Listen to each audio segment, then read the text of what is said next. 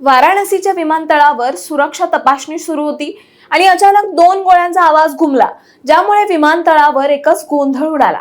प्रवासी सैरावैरा पळू लागले आणि एवढाच नाही तर यावेळी गोळी चालली आणि 2 जण गंभीर जखमी झाले। पण तुम्हाला सांगते, हा गोळीबार कोणी केला यामागचं नाव ऐकून सगळेच चक्रावलेत। कारण बंदूक चाललीये ती कोणत्या गुंडाची नव्हती, तर ती होती एका शिवसेना नेत्याची।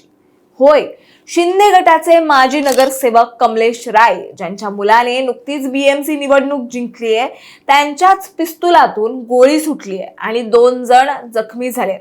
आता हे नेमकं प्रकरण काय आहे?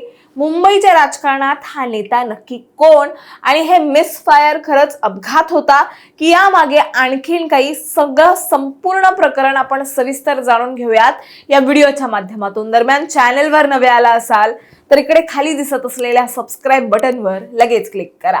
तर घडलं असं, वाराणसीच्या लाल बहादूर शास्त्री आंतरराष्ट्रीय विमानतळावर रविवारी सकाळी साधारण 9:30 वाजता ही घटना घडली।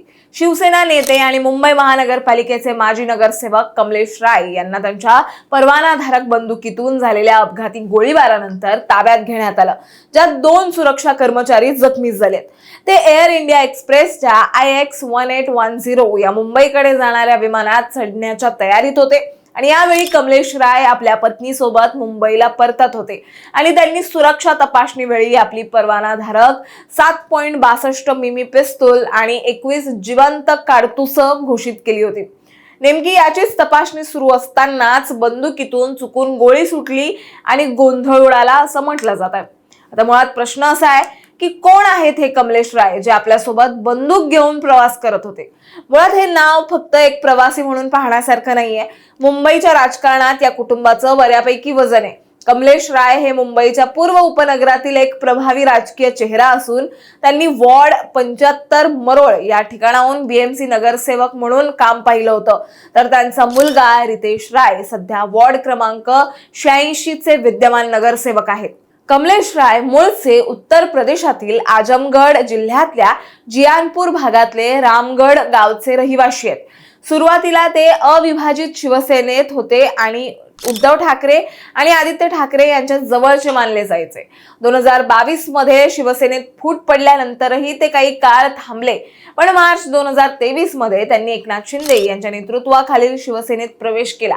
सध्या ते मुंबई शिवसेना शिंदे पक्षाचे उपनेते आहेत। त्यांचा मुलगा रितेश राय हे 2026 च्या बीएमसी निवडणुकीत वॉर्ड क्रमांक 86 मधून शिवसेनेचे नगरसेवक म्हणून निवडून आलेत आणि म्हणजेच वडील आणि मुलगा दोघेही शिंदे गटाशी संबंधित आहे। दरम्यान पोलिसांची भूमिका पाहता हे प्रकरण वाराणसीतील फुलपूर पोलीस ठाण्याच्या हद्दीत येत असल्याने गोमती झोनच्या उपायुक्त नीतू कड्याल यांनी सांगितलंय की प्रवासी आपल्या पत्नीसोबत मुंबईला जात होता आणि त्याच्याकडे देशभर वाहून नेण्याची परवानगी असलेलं परवानाधारक शस्त्र होतं। घटनास्थळाची पाहणी पूर्ण झाली असून पुढील चौकशी सुरू आहे। तसंच नागरी विमान वाहतूक सुरक्षा ब्युरो म्हणजेच BCAS यांच्याकडूनही शस्त्र हाताळणीबाबत स्वतंत्र चौकशी सुरू करण्यात आली आहे। त्यात विमानतळावर शस्त्र हाताळणी प्रक्रियेत त्रुटी होती का हे तपासलं जात आहे। आता राय कुटुंबाकडे एकूण किती शस्त्र परवाने आहेत आणि कमलेश राय यांच्यावर याआधी काही गुन्हे दाखल आहेत का याबद्दल देखील सोशल मीडिया आणि काही स्थानिक वृत्तांमध्ये चर्चा आहे। त्यामुळे एकंदरीतच हे प्रकरण फक्त बंदूक चुकून चालली तो फक्त अपघात होता इतकंच मर्यादित राहत नाही, कारण महाराष्ट्रात अलीकडच्या काळात शिवसेना नेत्यांशी संबंधित शस्त्र आणि गोळीबाराच्या घटना वारंवार चर्चेत आल्यात। मग तो उल्हासनगर मधील पोलीस ठाण्यातील गोळीबाराचा वाद असो किंवा इतर घटना। त्यामुळे विरोधकांकडून कायदा सुव्यवस्थेच्या मुद्द्यावरून पुन्हा एकदा सरकारला घेरलं जाण्याची शक्यता आहे। दरम्यान तुम्हाला काय वाटतं? राजकीय नेत्यांकडे परवानाधारक शस्त्र असणं योग्य आहे का? तुमचं मत आम्हाला कमेंटमध्ये नक्की सांगा आणि अशाच माहितीपूर्वक व्हिडिओ बघण्यासाठी लगेच सबस्क्राइब करा प्राईम टाइम महाराष्ट्रला।